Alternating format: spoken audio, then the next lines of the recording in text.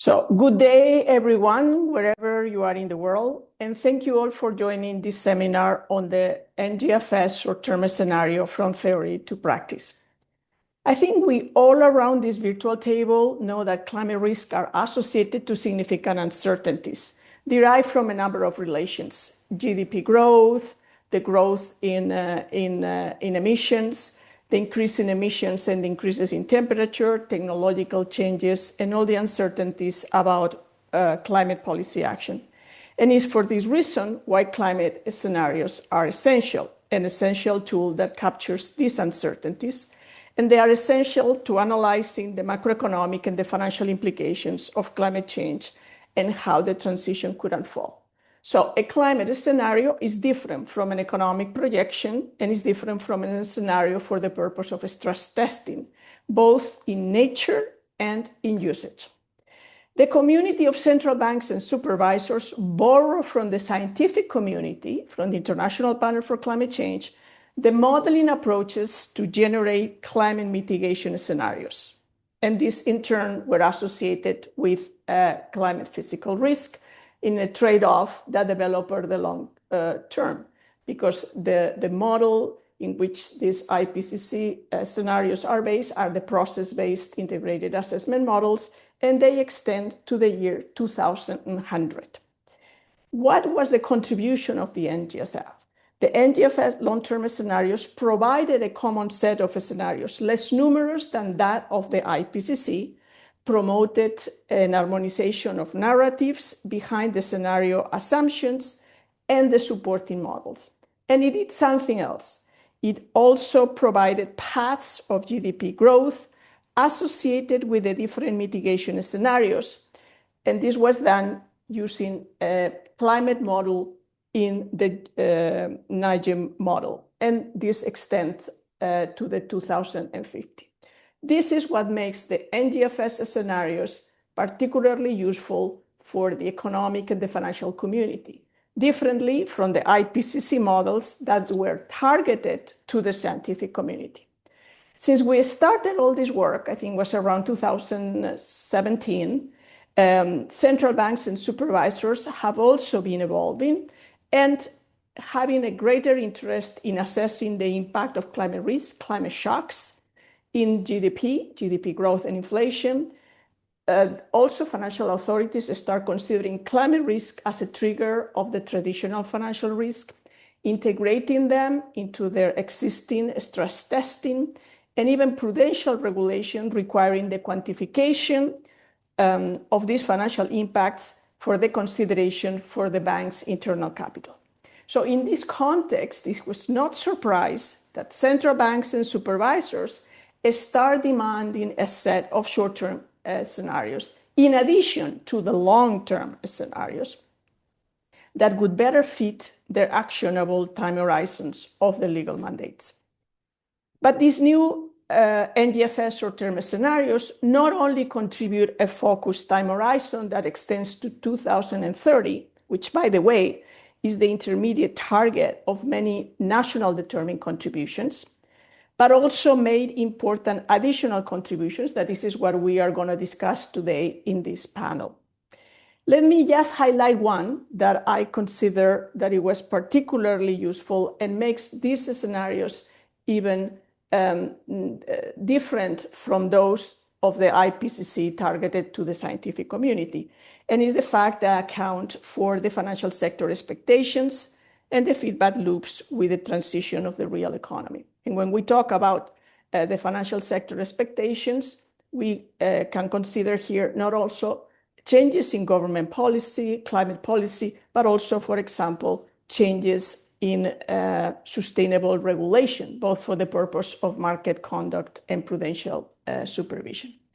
However, these new scenarios are not absent of criticism, and we will talk about this in the Q&A. I would like to use my privilege of chairing this session to raise some of these questions. And let me just say that to discuss these different aspects of the short-term scenarios, including their applications, we have three panelists here today. Lucia Alessi, is the first one to speak, Joint Research Center of the European Community. Irene Monasterolo, professor of the University of Utrecht and member of the NGFS short-term scenarios modeling team. Recently, I think you have also joined the drafting team for the IPCC. And Livio Stracca, ECB Financial Stability, who has been leading, I would say, masterfully, the work on climate scenarios at the NGFS. The format is the following. Each of you will have 15 minutes to speak, and this will be followed by a Q&A session. From us, the panelists, including the chair, myself, and the audience, please do write your questions in the chat. And without much ado, Lucia, the floor is yours. Please, Irene and Livio, follow and do not wait for me to give you the floor. And let me finish this, my very short intervention, thanking the organizers for having us all here today. Thank you. Thank you. Many thanks also from my side to the organizers. So let me quickly share my slides. Hopefully you see them. Maria, if you can please confirm that everything is fine. No, I cannot see them. Not yet. Not yet? Not yet. Now it seems like it's going to go. Okay, very good. So what I would like to do very quickly is a bit of an introduction to the importance of short-term climate scenarios and climate stress testing, which, as I see, is one of the main usages of short-term climate scenarios. And what I would like to do is to discuss three main challenges with, short-term climate modeling. The first one is... Sorry, Lucia, yes? we still don't see the presentation. It was unfortunately Okay, because my screen sharing is paused. I don't know why. I'll stop sharing and I'll share again. Voila. Share. My screen sharing is paused. I don't know why. Maybe you can start and, And now maybe you see it. No, unfortunately. I'm clicking on resume sharing. Resume share. Share.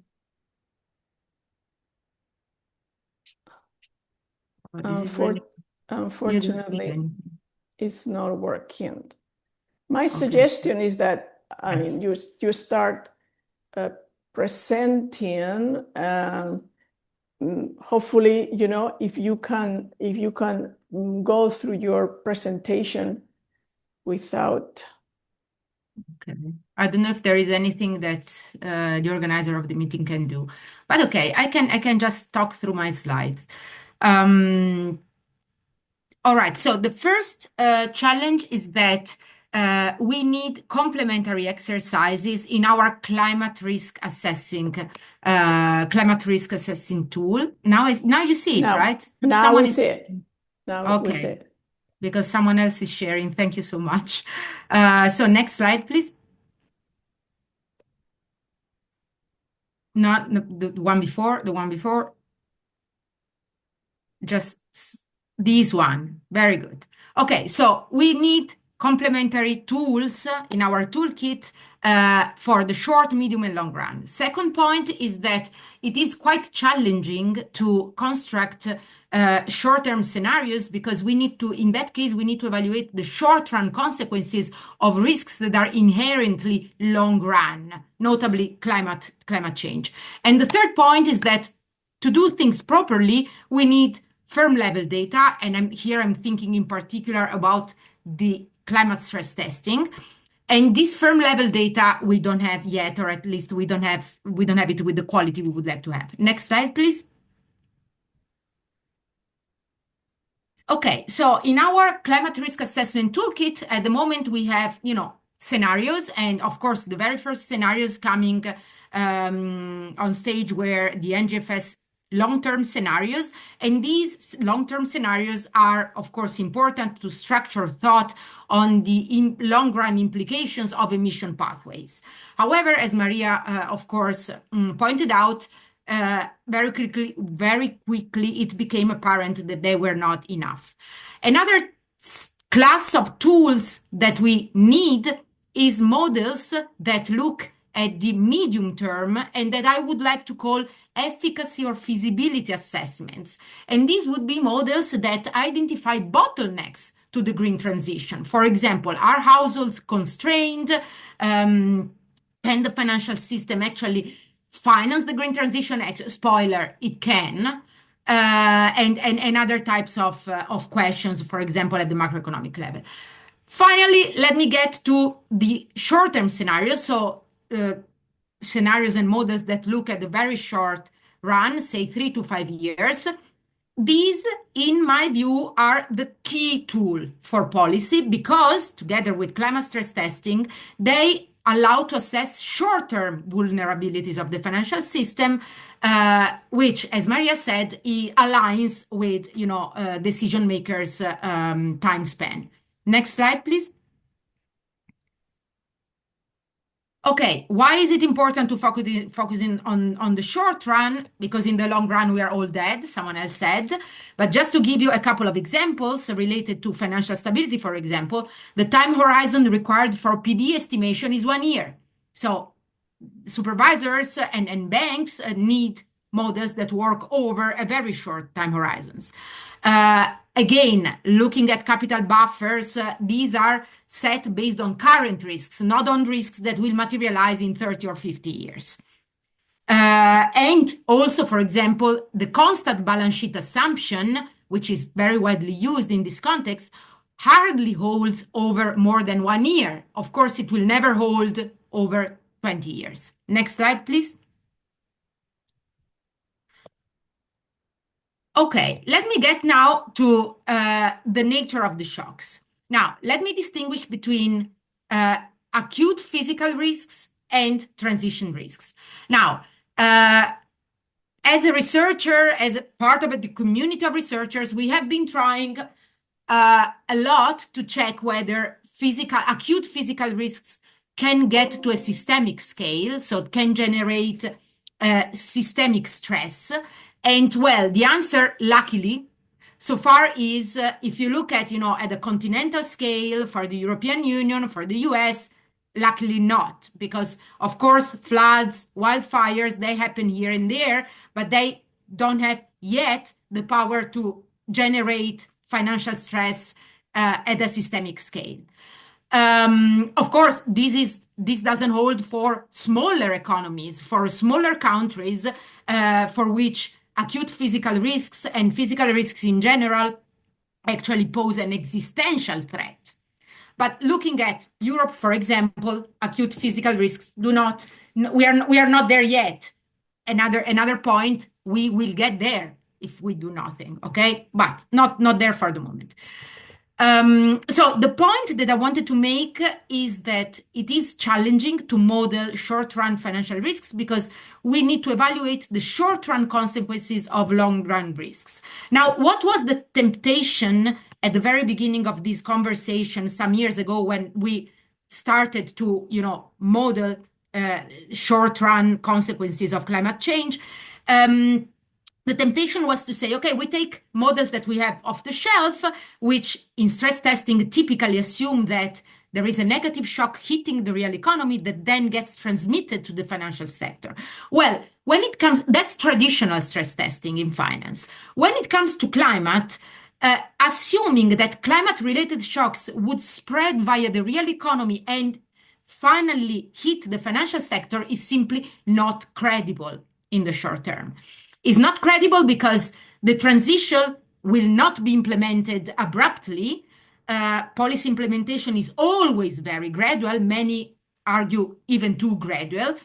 And also because at the aggregate level, there will be no negative, at least this is what we believe there will be no negative impacts from the green transition. There will be, of course, winners and losers within the same sector. There will be greener companies and companies that, didn't commit to the transition and will lose market share. But at the aggregate level, we do not expect a negative impacts that then would get transmitted to the financial sector. So am I saying that in the short run, we are safe? I'm not saying that. In fact, there could be, financial stress even in the short term. Next slide, please. This could happen, as we argue, when shocks originate within the financial system. So shocks related to climate that could generate stress at a systemic scale could have origin within the financial system. And here in this slide, I'm just putting forward some examples. For example, an abrupt portfolio reallocation, and there is literature including by Irene and co-authors and myself and co-authors showing that, investors do react and respond to economic and policy signals. So if they would all react abruptly and in the same direction, we could have a sudden portfolio reallocation. We could have asset repricing, and we have other papers showing that this happened in the past, still related to, the climate discussion. We could have a credit crunch whereby investors, banks, cut finance to, companies active in some sectors, for example. And all of these could, of course, get amplified and reach a systemic scale. Next slide, please. In this paper in particular, I will not go into the details, but we simulate what could happen if investors would abruptly decide to sell off high carbon assets that they have on their balance sheet. And this would cause a very, very small depreciation of high carbon assets, which would be enough to trigger the default of some banks that are particularly exposed. And in that case, what we assume is that, panic could spread in the market and triggering a negative spiral of sell-offs and further depreciations. So this could be an example of how, market stress could get amplified. Next slide, please. Now, let me get to the third and last point that I wanted to make, which relates to the availability of good quality data, which in this case relates to the availability of granular data to assess, to, do short-term climate stress testing and scenarios also. So what we need is ultimately firm-level data because, as I already explained, there will be winners and losers, but winners and losers can be within the same sector. For example, think of the energy sectors.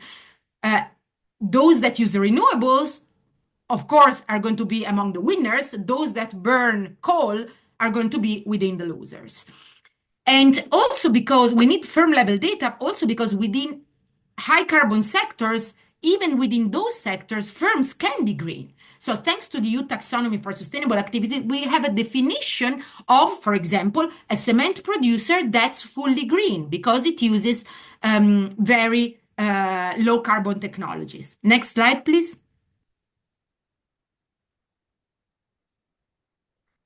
So based on this, sector level data is not ideal. We need to use approximations because we do not always have this firm level data with the quality we would like to have. The quality is improving, but we are not there yet. So what do we do? We use approximations. Of course we do. However, in the case of climate risks, working at the sectoral level, so, the NACE sector, if you think about the statistical classification we use in Europe, this can be very misleading. In the first instance, because it risks to communicate the wrong message, that entire sectors can be at risk. For example, steel producing. Steel producing is not a doomed sector. It's characterized by high emission, but we will still need steel and cement in 2050. So the point is not saying, this entire sector is not to be invested in. The point is to say, within this sector, which is highly critical, one should handpick the best companies. And also, working at the sectoral level is not credible as, a modeling assumption because, of course, policymakers will never allow entire sectors to default, okay? And therefore, we need estimation methodologies to soften these problems. Next slide, please. Okay, so this is a methodology that we have developed together with Stefano Battiston that softens these problems because, it allows to assign shades of gray to sectors, not just, black and white. Next slide, please. Very last point on data quality, and here I'm thinking also to physical risk. Now, of course, commercial solutions have been mushrooming, selling quote unquote firm level data for the assessment of physical or transition risks. Of course, all of this is very welcome. As economists, we need data. However, in most cases, this is averages at the local level, at the level of the territory or the region or the country, which is perfectly fine. However, this needs to be transparently communicated to users. And by the way, also the underlying scenarios are not always very clear. Are we talking about scenarios under 2 degrees, 3 degrees warming? It makes a lot of a difference. At the JRC, we manage a very nice data set for physical risk, which is the JRC Risk Data Hub, open source, very transparent on every assumption, and with incredibly granular data for several types of hazards. I'll stop here, Maria. Apologies for the technical glitches. Irene. Good afternoon, everybody. And thank you for having me here. I will try to share my slides. You should be able to see it now. Could you confirm?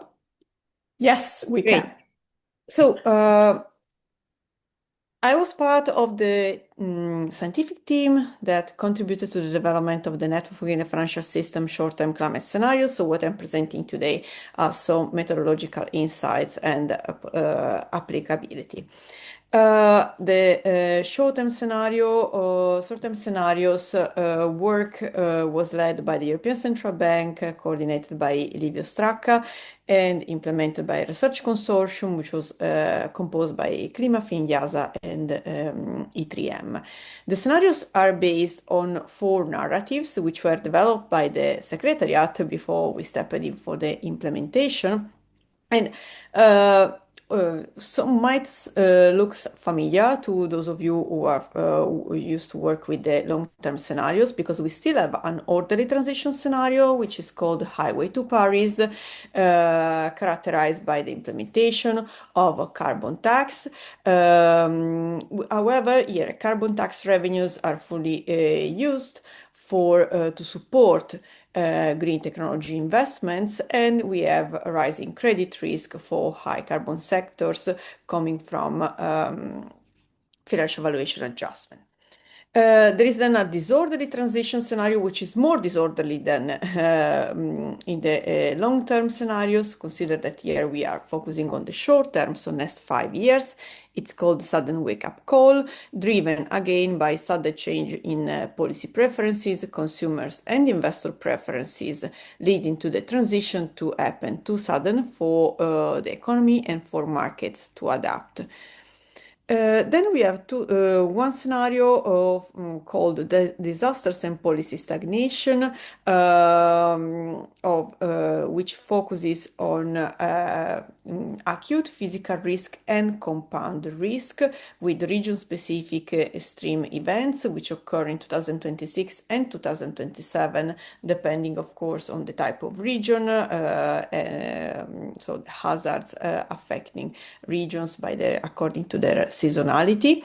And in this context, we have cascading economic impacts from the affected regions to the other regions and sectors and markets in the world through trade and financial linkages. And then we have a scenario where we have an interplay between physical and transition risk, which is even clearer than in the more pronounced, than in the disaster and policy stagnation scenario. This scenario is called diverging realities, where we have advanced economies which proceed towards a transition aligned with the highway to Paris. However, the rest of the world is constrained in decarbonization and affected by extreme weather events, which whose effects actually cascade well beyond their borders and affect also advanced economies through supply chain disruptions in critical raw materials, which actually delay the transition in advanced economies, and those through cascading effects via trade and financial linkages. These are the narratives, and actually why these scenarios have been developed is actually to strengthen the applicability of scenarios for financial risk assessment. There are some limitations when we talk in this regard when we're in the context of long-term scenarios. The first is, as also Lucia discussed before, is the long-term dimension, which actually for some type of exercises such as stress tests, which is conducted at the annual level, or monetary policy, or even more fiscal policy decisions might not be adequate. So we need to go in the shorter horizon. Then in the long-term scenarios, there was limited coverage of a type of acute disasters, tail risk. There were limitations in the context of granularity. Also, Lucia mentioned the importance of having granular data, in particular for the assessment, for a proper assessment of physical risk, and there was no consideration of compound risk. Risk transmission channels were somehow limited in the context of transmission to and entry points in the economy, and there was no interplay between physical and transition risk within the same scenario. Importantly, there was no role for finance, which is actually what we bring in the short-term scenarios. So the novelties of the short-term scenarios are the short-time horizon, so we model up to the next 5 years, and this is particularly relevant for regulatory policy and investment purposes. We embed acute tail risk and compound risk, and in particular we introduce a modeling novelty, not only in the context of scenario, but also actually in the scientific term, by coupling 3 models: a stop-flow consistent model for inflation monetary policy analysis, a climate credit risk model, ClimaCred, and a comfortable general equilibrium model, GME3, that enables for broader sectoral and regional disaggregation. So thanks to this modeling approach, we are able to capture the finance, economy, climate feedback loop, so how investors' risk perception affect investment decision via adjustment in the cost of capital, and then feedback in the realization of mitigation scenarios and adaptation risk. The driver of adjustment in financial valuation are investors' expectations, which are embedded in the models. We are able to display financial risk measures such as adjustment in the sectoral probability of default, or adjustment in the financial valuation of firms' stocks or corporate bonds and sovereign bonds at the country level, across the scenarios. And these metrics are, in particular, adjustment in sectoral PD, are important, can be already used for and plugged into internal credit risk models of investors. The assessment is granular, is bottom-up for 46 countries and 50 sectors, and we are able to capture cross-regional transmission shocks through trade linkages, financial markets, and disrupted supply chains, enabling a more granular and assessment and coverage in terms of sectors and countries. When it comes to acute physical risk and tail risk, the approach that we use is different from the long-term scenarios. Is a bottom-up approach.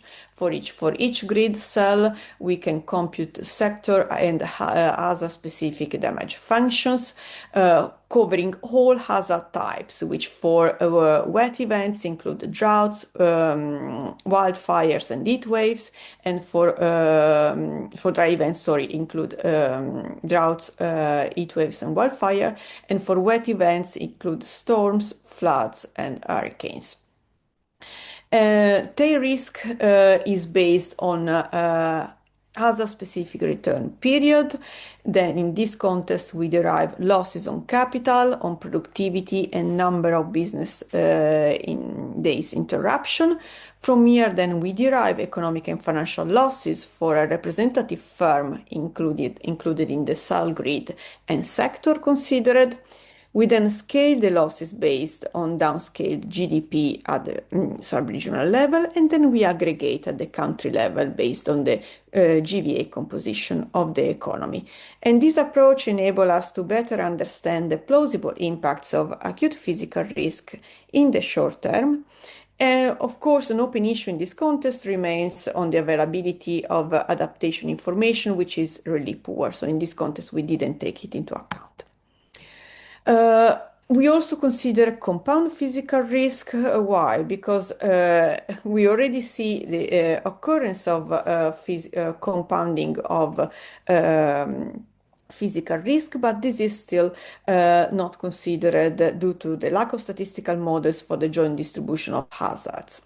So the approach we adopt here is a physical climate storyline that describes how compound events, both wet and dry events, could occur at the continental scale in order to be able to capture the largest event for systemic risk consideration. So we consider compound risk at continental regions for the regions for Africa, Asia, North America, South America, Europe, and Australia and Oceania, with different return period, so magnitude of the hazards by scenario, and for different type of extreme events. We analyze both physical and transition risk in a couple modeling framework, which couples three models described before. For instance, in the context of transition policies, we have geometry, which in the baseline provides the scenario contingent carbon price trajectories that feed into the Irene's flow consistent model, which in turn provides the scenario contingent risk-free policy rate to the credit risk model, which elaborates the scenario contingent adjustment in sector-specific cost of capital and probability of default, and return the information to geometry, which provides a second run, and then disaggregates it on at the sector and countries coverage that we provide. So among the novelties, there is the use of CGA model is not a novelty, but the novelty is in particular represented by new macrofinancial model, which is top flow consistent and with characteristics of the agent-based model. It's called Irene. So the advantages is to actually represent financial sector dynamics integrated in the economy, with a representation of a variety of heterogeneous real markets, including consumption goods, labor, energy, services, capital, and raw materials in an open economy, which is connected to import and export of goods, including raw materials, but also services, tourism, and remittances to the rest of the world, as heterogeneous agents in terms of households, so worker and capitalist, and importantly integrates financial markets, so for bonds, equity, and credit, and a financial sector with a central bank and commercial bank. And finally, it has a government in charge of fiscal and monetary policy. The model also embeds endogenous money creation, so banks create lending through deposits. And importantly, it enables to depart from rational expectations and embed adaptive expectations. This means that agents cannot fully anticipate the shock, which could be, for instance, introduction of a large or growing carbon price, and this of course has an impact on the magnitude and persistency of the shock in the economy. In the context of physical risk, instead, what we are also contributing to is more rich risk transmission channels of physical risk in the economy, so not only labor productivity loss, but also capital stock destruction, output loss, and total productivity loss, which enter the economy affecting the supply side, so firm production, productivity, and profitability, which in turn affect the demand side, so unemployment, wages, income consumption, as well as dividend investments. The price-related variables such as firm unit cost and firm prices, which affect inflation, and also public and private finance in terms, on the one hand, adjustment in firms' production and performance affect fiscal revenues, which in turn affects debt sustainability, but also leads to an adjustment in the firm's credit risk and probability of default and the cost of capital for investment, which in turn affects output. All of this is then so adjustment in inflation trigger then monetary policy response. Climate credit risk is analyzed with the ClimaCred model, which provides scenario contingent evolution of firms' cash flows. It's calibrated on baseline scenarios. Important, the mechanism here is an adjustment in market expectation that drive the valuation adjustment of financial asset. And it's applied both for transition risk, so in the context of stranded assets, and on physical risk. Both Irene and Geometry are calibrated on the IMF World Economic Outlook for GDP, inflation, and main variables for the last 10 years, so considering also the impact of COVID and the energy price shock, while ClimaCred is calibrated on Damadoran. In the baseline, we consider the climate targets committed by countries by January 2023 in terms of horizontal policies such as country-specific emission reduction targets and carbon price. Could be, of course, there is issue of this baseline being over-optimistic. Well, when we refer to NDCs, this depends because some countries are performing better, others are performing worse. And by the way, the climate policy commitments and agenda is changing very fast as we experienced recently.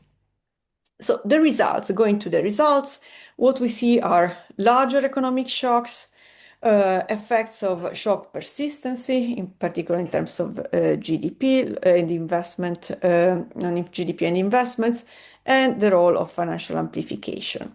On the one hand, a rapid and unexpected policy shift increased economic costs and could cause financial stress, with the probability of default that increase in many sectors, also by 10 percentage points, in particular for sectors which have high capital intensive and debt to capital ratio.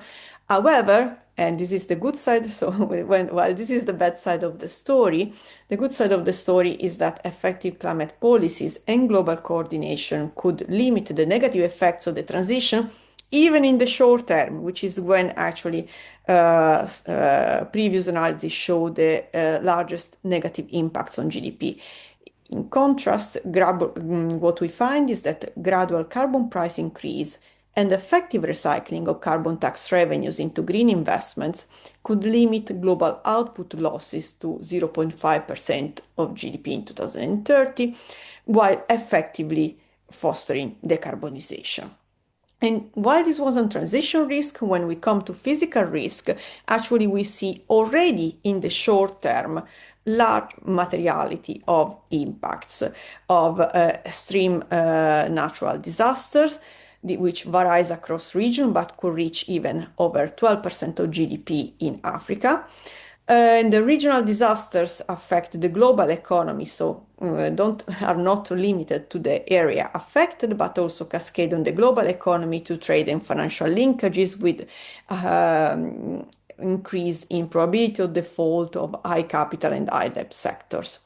Finally, supply chains have bottlenecks actually induced by physical risk could lead to shocks in other sectors and countries, cascading through resource availability and affecting relative prices and leading to global GDP loss to peak at over 3%, even in the short term, making the transition becoming more financially costly. Just shortly, what you can find are, as we mentioned, financial risk measures. We provide adjustment probability of default, scenario contingent, and by sector. Here you can see some examples on the right, on the left, in the context of the highway to Paris scenario for transition risk. You can see that adjustment in the probability of default is actually probability of default increase for high carbon activities such as coal and so on, and the adjustments are by country, while we see clear opportunities for low carbon technologies. On the right, instead, we see the adjustment of probability of default in scenarios that combine physical and transition risk. Again, the results are provided by countries and sector, and in particular here we see the opportunities for investing in adaptation infrastructure, in particular in agriculture. Also, what can be found in the online database are adjustments in equity shares or stocks for firms in the range of sectors covered and by country. Here you see an example on the left, again for Highway to Paris, and in the sovereign bonds, which are provided on the right. And with this, I conclude. Livio? Yeah, good afternoon. And so thanks so much, first of all, for the invite, Maria and the organizers. So now I'm trying to share my own screen now. Okay.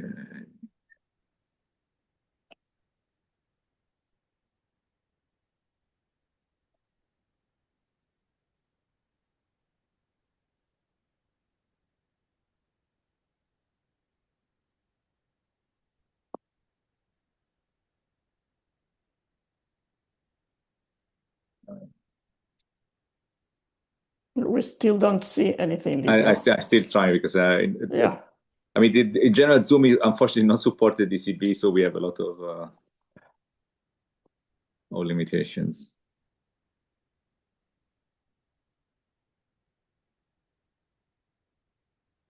I mean, it's not a coincidence that Lucia and I both had trouble. It's the same mentality behind the same public institutions. Yeah. Yeah. Sorry for that. Perhaps if somebody from the organizer could share, otherwise I can try again, but it just doesn't share the screen.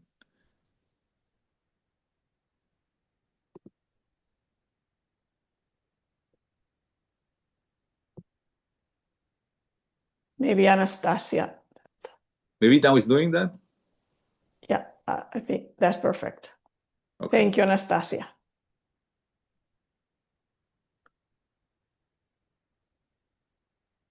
Okay, super. Okay, so let me first reiterate the thanks to the organizers for including me in this great panel, and also both Lucia and Irene have been very helpful in various phases of this project by the NGFS. And so Irene in particular, her colleagues have really made a very significant step forward in terms of modeling. And the NGFS has also become the first institution in the world to provide short-term scenarios. I mean, other institutions do long-term scenarios, but we are the only ones so far to have published short-term scenarios. So if you move to the next slide.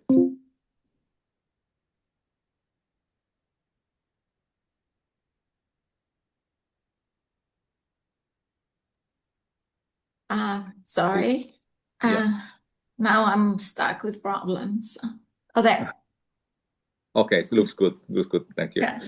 Okay, so just to kind of remind everybody, this was partly already mentioned by Irene, but just to remind so we had two sets of scenarios. So the one on the left refers to the long-term scenarios, which have been well established.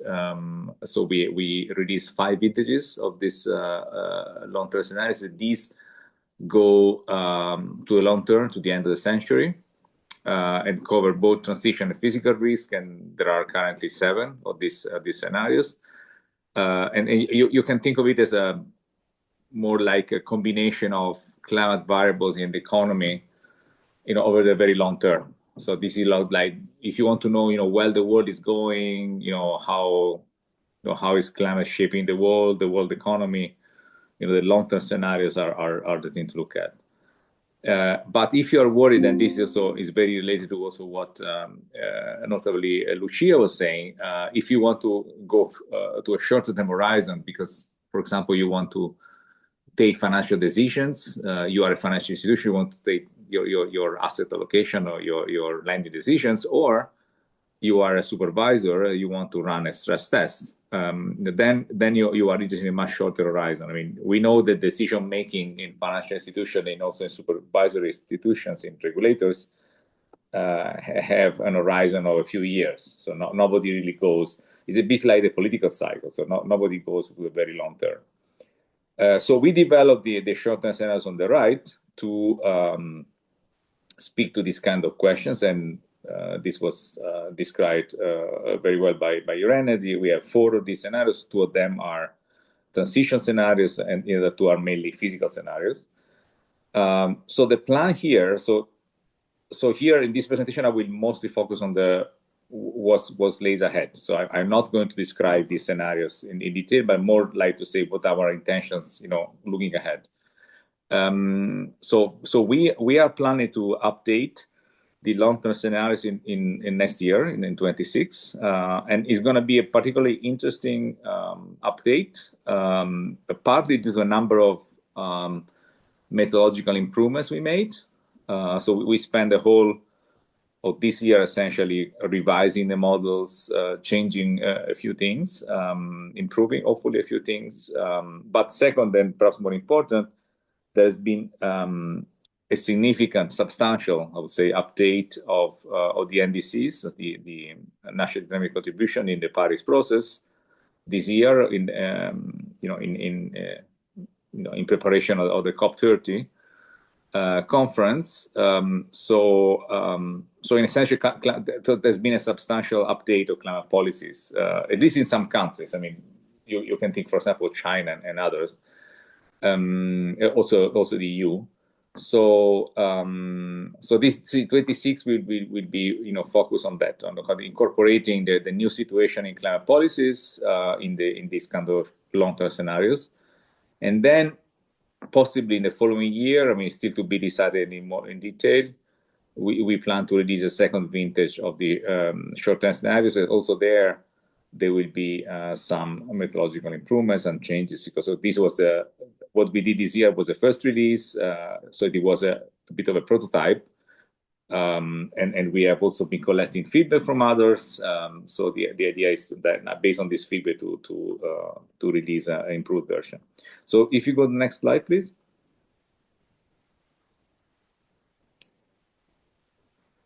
Yeah, this one. So one question that we are often asked, and is also a natural question, a very legitimate one, is what is the relationship between the short term and the long term scenarios? So it doesn't.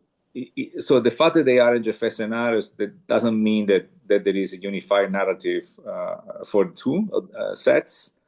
But loosely speaking, I would say you could see the short-term scenarios as some type of perturbation or short-term expression around a long-term scenario.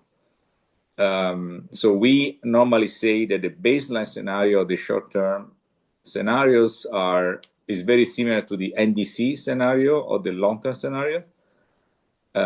So essentially, the baseline is the kind of the best possible forecast of current and future climate policies, and this is what the NDC scenario captures in the long-term scenarios. So you can think of it as a perturbation, but they are not necessarily integrated in the same modeling framework. So I think we are still considering having a unified modeling framework for the 2, but it doesn't seem to be possible, and they are fundamentally capturing different things.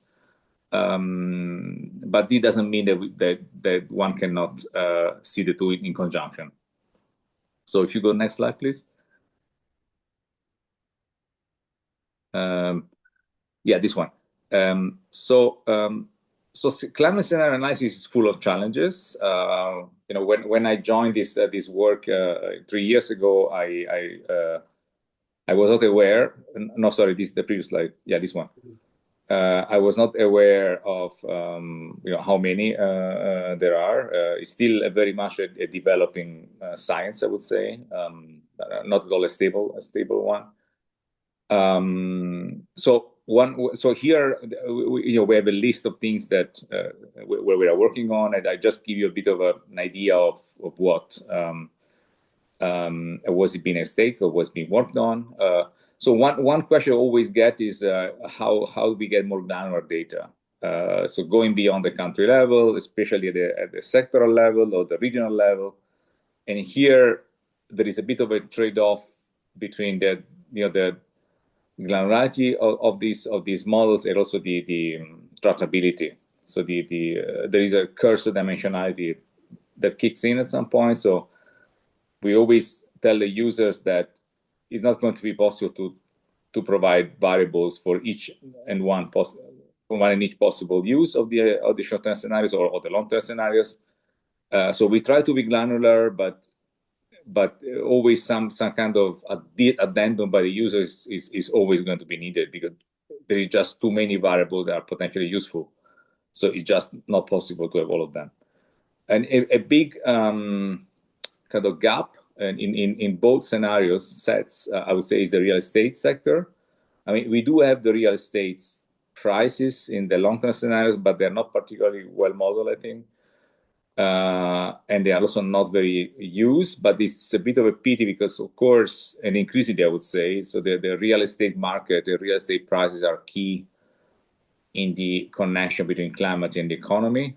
I mean, here I'm thinking about the physical risk, but also the transition risk. I mean, the fact that real estate needs to up to date, with environmental standards. I mean, everyone who has tried to sell an apartment or a house recently knows that this is an important part of the value of a house.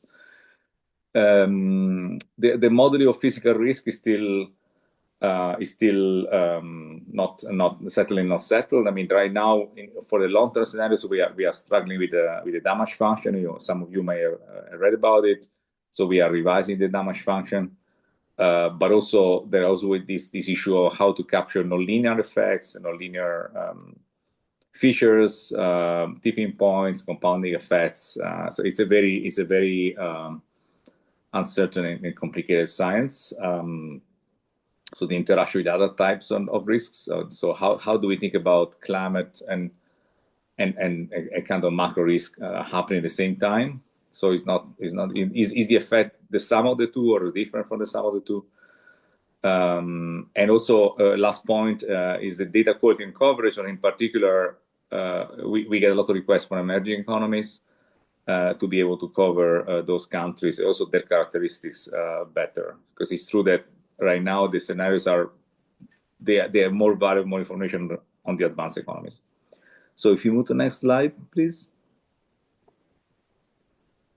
Okay, so here another key question is the use of the scenarios. So on the one hand, you can increasingly use them in macroeconomic assessment. Here is more like is closer to a central scenario.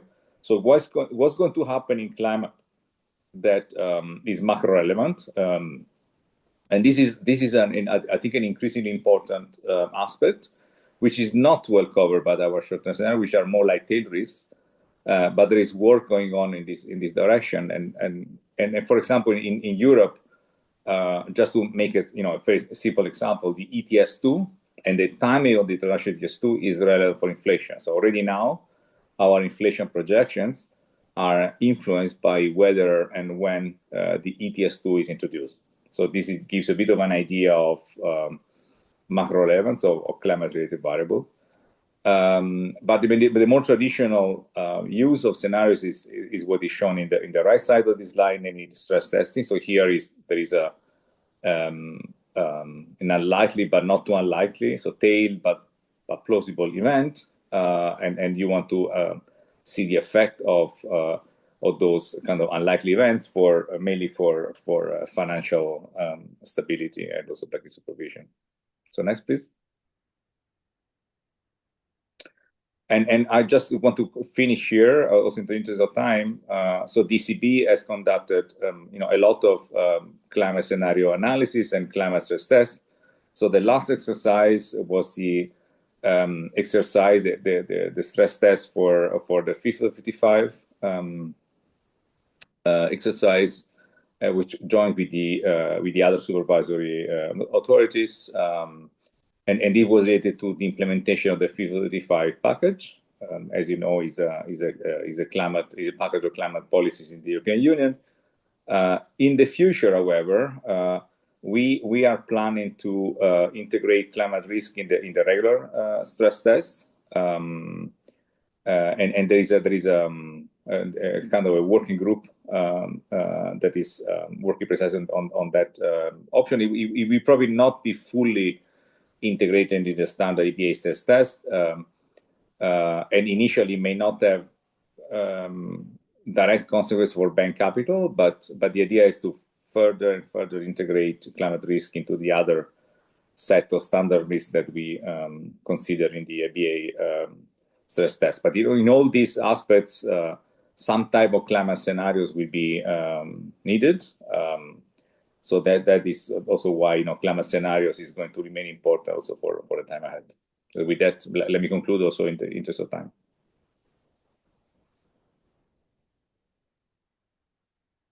Well, thank you. Thank you all. I think I lost it just for a second.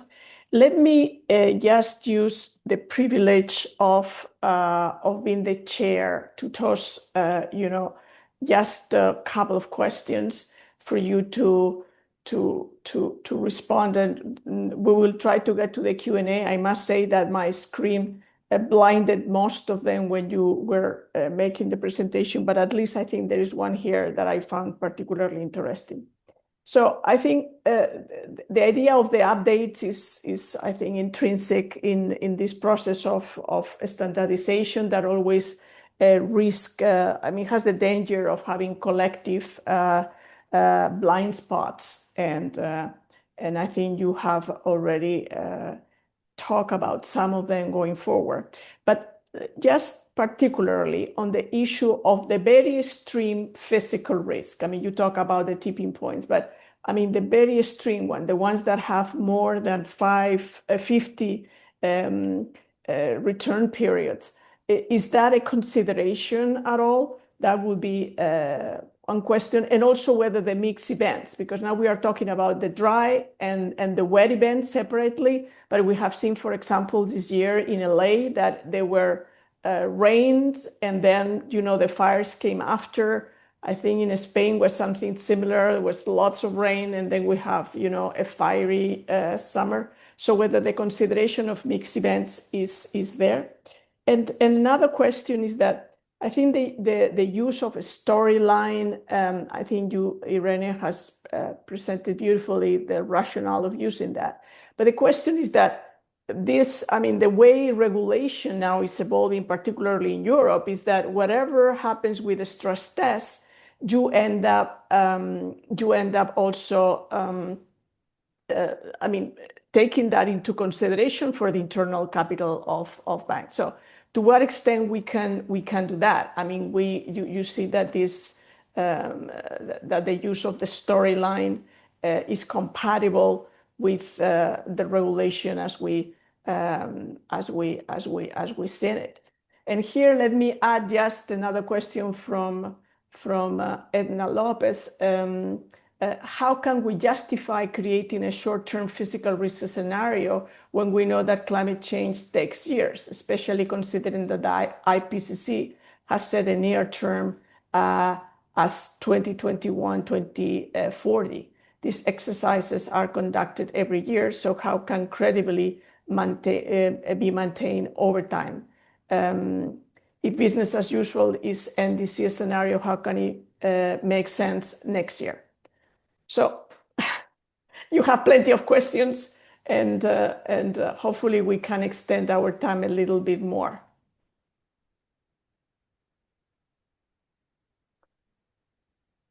I don't know So, who wants to start. I mean, maybe Lucia. I can start, but perhaps it's better that I give the floor back to Lucia. yes. Okay, Lucia. You are muted. I would let the authors of the NGFS short-term scenarios answer the technical questions. There is just one thing that I wanted to stress, and then I'll shut my mouth, is that these NGFS scenarios are a very precious instrument for central bankers and supervisors. They have been developed by central bankers and supervisors, and they look at risks, and of course they find risks. However, when I moved away from the ECB to the Commission, to my surprise, I realized there aren't only risks, there are also opportunities. So if a model would be built not to look for risks, but to look for opportunities, and how can we grow in the context of the green transition, and how can we become more competitive, it would give different answers. Thank you. Irene, what is your take from these questions? Very varied. No, that's the point of opportunities is absolutely important. So that's why, and I think I make it quite, I mean, showing the short-term impacts of making a sound transition being really small in comparison to the what would happen instead in a delayed one. And also the clear adding finance shows the clear opportunities for investing in low carbon technologies in a context of credible policy signals. So I agree with Lucia. It's not only risk. What our models and scenarios are increasingly showing are the opportunities. Is the opportunity side. With regards to the narratives, so the storylines. So this. Thanks for the question, because this allows me to clarify. I think there has been a misunderstanding. So the storyline approach has been adopted because there is no latent data about compound risk, so we cannot invent data that are not there. So, and even in in catastrophe risk models and in a scenario contingent approach. So that's what that's why we opt for that. Then, of course, we relied on the wealth of information we have from disaster risk data for the past, for individual data, but simply we don't have correlations, so that's the best we could do so far. We hope that in the future, I mean, also thanks to the work that has been developed so far, there will be further modeling and information development that is consistent with the analysis that are needed. Okay, and what about the tail, the risk at the very tail? But from our side, it was, I mean, what has been published here is only a part of the work that has been produced. So the same models have been tested also for larger return periods. So, and in other exercises, we are also using return periods which are aligned with some supervisory requirements, like for instance, for insurance. So it's possible to do it. Then, yeah. Livio? No, thanks, Maria. These are great questions. So I have to be brief, but I could speak half an hour about them. So on the wet and dry and combination of events and so on. I mean, this is something to consider, but there is also the opposite argument that it's very unlikely that these events happen at the same time in different countries. Because now in the short-term scenarios, we have a kind of a storytelling where, say, there is a wet event, there is an extreme wet event in Asia, and there is an extreme dry event in Africa, for example. And those are, I mean, is more like a modeling device. It's not a statement about the joint probability of these events happening, but of course, presentation is challenging because it's true that these are very unlikely to happen in combination because they are by definition extreme events. So so it is one of the aspects we need to reconsider in the next vintage. On the storyline and whether this may lead to capital requirements and kind of real stress tests. I don't see a problem with the storyline because also the standard stress tests are also stories. A macroeconomic scenario is also a story. It's not that different. But what is different, I think political is going to be very difficult until we have clear evidence of some risk to stability stemming from climate. So until we have that, I don't think that it will ever happen. Let me not be so maybe so dogmatic, but it's much more unlikely to happen, because what I think what we need to work more on is really to understand ex post.